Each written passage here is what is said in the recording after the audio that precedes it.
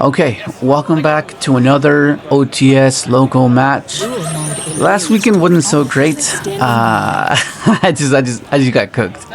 I mean, it was bound to happen. I mean, leading up to this one, prior to this locals, we've been doing quite well. We've been crushing it. The deck's been performing quite well. So I have no complaints. So like, it was bound to happen, you know. So not too much. But so I was still going to upload this one because Josh insisted, and I thought this was a pretty hilarious match. Oh, you'll see it when we get to it. But yeah, Josh is usually on Malice, so I'm preparing for as such. My hand is pretty good. I open up Enchantress. I mean, Foolish access to Enchantress. I have both engines. I have Crystron and Adventure, which is insane because Ash once per turn, right? They can't use 2 Ashes. So then I'm like, okay, this is fine. But he impulses my right. So I'm like, okay, so I guess we're just playing with Crystron then. So then I'm forced to use my Soulflare Lock early, which is something I don't really like doing. Like, I would prefer to get to an SP and then back it up with the Crystron stuff, you know? But I had no choice but to do it. Because I could have done something different, but I wanted to ensure I had access to the Omni. So that's why I went for Enchantress. And luckily, it baited the Ash, it baits Impulse, which is quite nice. So then I go ahead and dump both my Fafnir and my Theisfern. Theisfern will then add my Smiger, which then can add my Trap. So then we go ahead and add, because the worst case scenario here, I still have an Infinity regardless, right? Infinity with a few other things. And then Smiger searches my Trap. And once we get to this point, I feel pretty confident. I mean, I'm still in Nibiru range. He could possibly still have Nibiru, but we can play around it. We're gonna go for our Alesk. Alesk adds back follow up, so I can pitch for the Sofofnir, then Sofofnir floats, and then Theisfern can search me a turtle possibly. That's mainly what happens most of the time when we add back Theisfern. It'll get you access to the turtle and then help you sequence your turn a bit better because you already have access to the trap, so unless can add back a monster, and then you can use turtle to special to extend, assuming they interact with you. So go Tristaros, pop the Alesk, summon 2, summon Tristaros in our 5, and Alesk activates Engrave because it was destroyed, bring back Sofador, and then now we're going to overlay for our Nova and then Infinity. Basic standard, like pretty standard stuff by now. And then we go ahead and revive our Sofofnir so we can have access to a Korangandrax or have access to a float, assuming he has like droplets or he baits or Infinity, you know, and just have a float and have another synchro attempt to just basically make it an attrition style of a turn where our guys float and float and float, so making it harder for them to OTKS. And then we'll have everything engraved to follow it up. So then I pass, and then he's thinking about it. This board is pretty insane. And then he just ended up scooping. So I'm like, okay, fair enough. So I'm like, I know exactly what to do. Against Malice, you just, like, Hunter, Lancia, Bell. Like, my side deck is basically 4 Malice. So I should not have an issue. And I'm like, I'm going second. I just put everything in. I'm like, yeah, I just put everything. Bell's good, Lancia's good, Hunter's good, Storm, Twisters is good, right? You just force the back row, they summon, you trigger the Chaos Hunter, then they're out of interactions because they can't banish, right? So that's what I was hoping for. And then I was like, what do I side out though? That was the issue.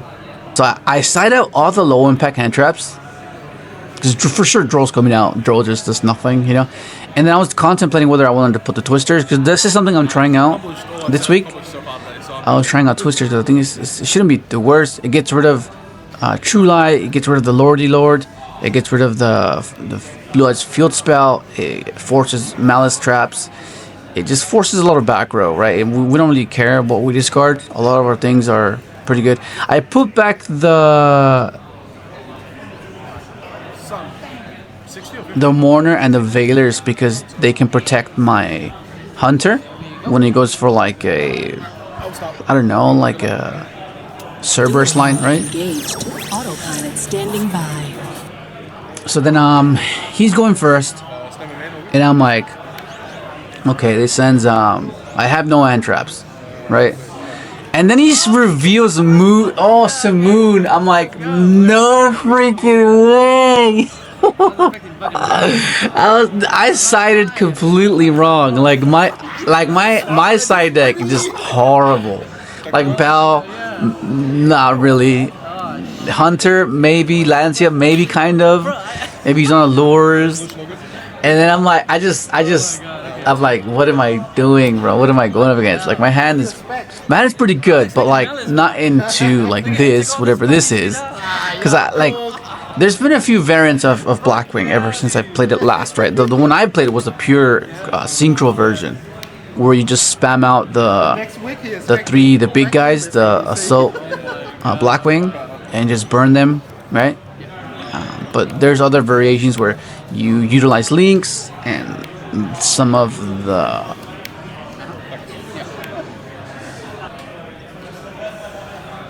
rank ups like Yugioh, and you know, so that's what I was expecting. I was like, okay, well, not necessarily. I was just thinking like, what variant is this, right?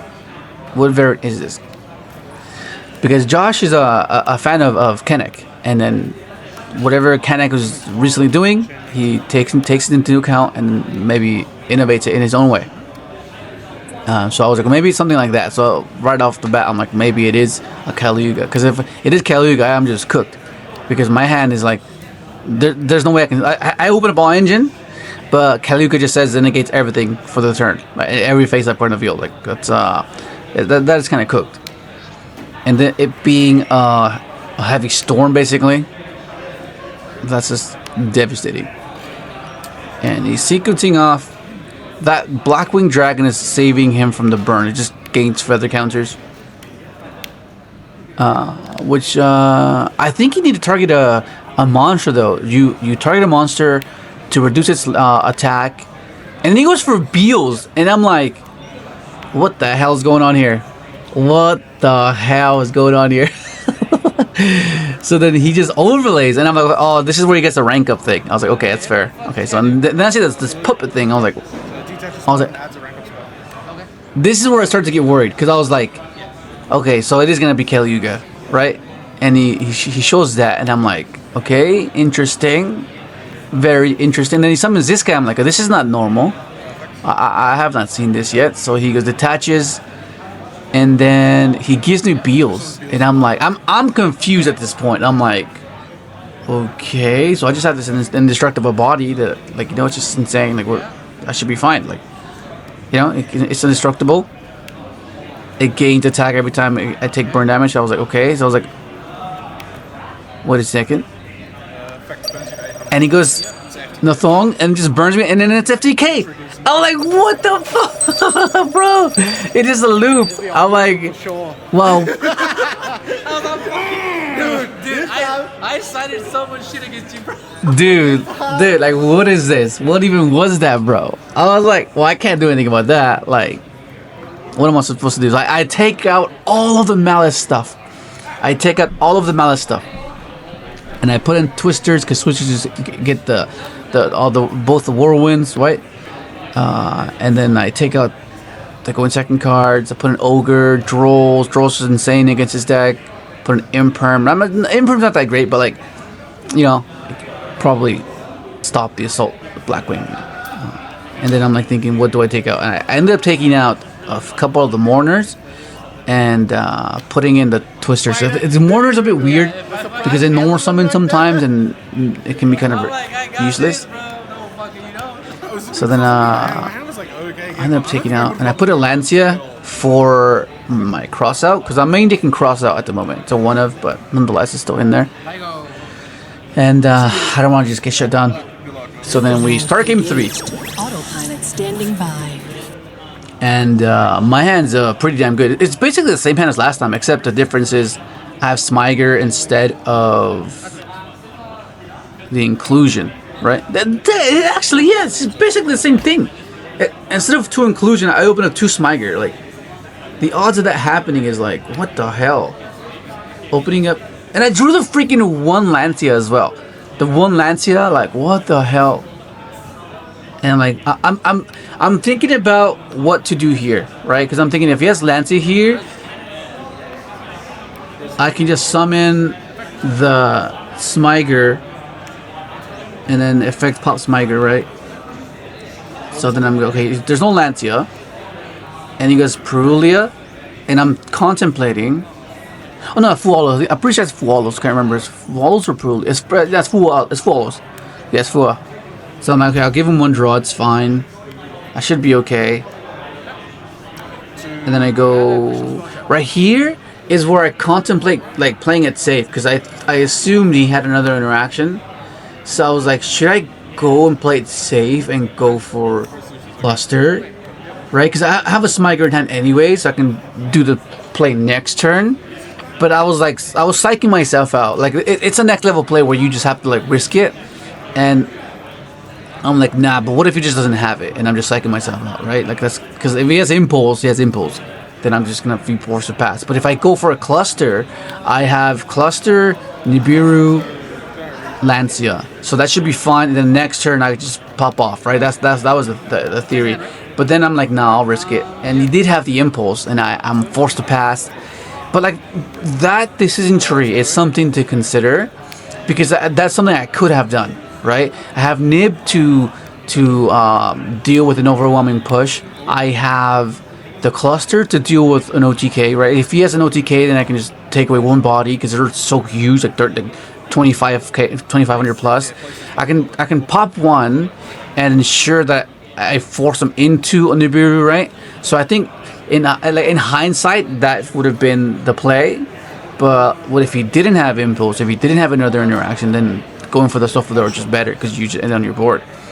But you know, it's just one of those situations where like it's you have to decide. You could get rewarded by anticipating this way or not. So then he goes into his Blackwing Dragon. I go Lancia. It can shut off a few of his cards. It shuts off a Shamal. Shamal is the one that's basically discard to place Black Feather Whirlwind, which means whenever he summons a Dark Synchro, he can summon back Blackwing with lesser attack from his banished grave. And then this is where he goes to Spatter.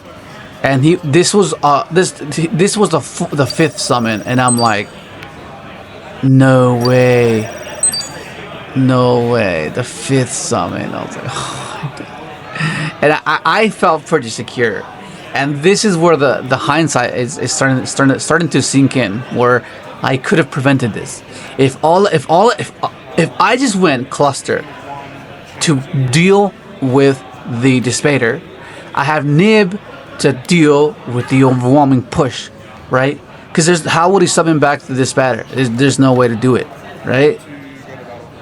And this is where I was like, damn, I should have went with my gut. And when instead I was, but this stuff happens though. This happens. You know, this is what will make you to win a game or lose a game, and this is a perfect example of making those next level plays. He leaves me on 1,000, and then he goes for a thong, burns me for 800. And then he passes, and I'm like, okay, I draw. And I draw into Twisters. I'm like, oh, this is not that great. So right here, I'm just contemplating doing the play I was initially going to do. But it's different now, because now he has 3 bodies that can push past my board, right? Because the Cluster can deal with 1, but I'm in critical right now. So all I need to do is attack with 1 monster, and I lose. So... But what I should have done, I think, just to bait the Spatter, is summon the Smyger, effect to pop the spell, summon Tristaros, right? And then go Twisters, hit the backward, discard the Sofador, and then I can special and then pop off from there. Whereas I thought this was a safe play, and I completely forgot that he had the Chinook. Which is basically, if he controls a Blackwing, he can use it as an effect later, basically, on my turn. Which is insane. And then right here, I was like, well, okay. Going back to the original plan, just try to bait the little guy that pops in grave. If he controls a Blackwing, he can banish it to pop a card in the field, which is insane. Paired with the Chinook, it's a pretty decent setup, because we're in a simplified game state. So I set 2, and I'm like hoping that he plays into the nib and I pop the spatter beforehand and then just capitalize and then try to snowball from there. That was my theory, but he goes into the assault Blackwing right away, and he still has the Blackwing engraved that can pop a card in the field, and things are not looking great. I'm still hopeful that this nib will pull me through, but Josh is a pretty good player, so the amount of frequency that someone can make a misplay, he won't make as many. So I'm like, yeah, I doubt he'll make a mistake. But I'm just still there, just for the slight chance. He goes battle phase. I attempt to pop with my cluster. I know it's pretty much over. I know it's over because I can only block 2 attacks. He only needs 1 to go through, and it's basically over. GG, GG, bro, GG. I had this, but then I forgot you had this. I was like, oh my god. Because I was looking at it, I'm like, if I bounce the Zephyros here, like if I bounce the summon Zephyros here, I could give it the 1 counter on this, burn you for 7, and then OTK you. Yeah. And I'm like, it's just not safe. Like I just have to make Dissipator now to negate Nibiru. Yeah. Because I was like, Yes. I was debating on dropping it, but I was like, oh, it's not enough yet. He's on 4. And I was like, oh my god. Dissipator, yeah!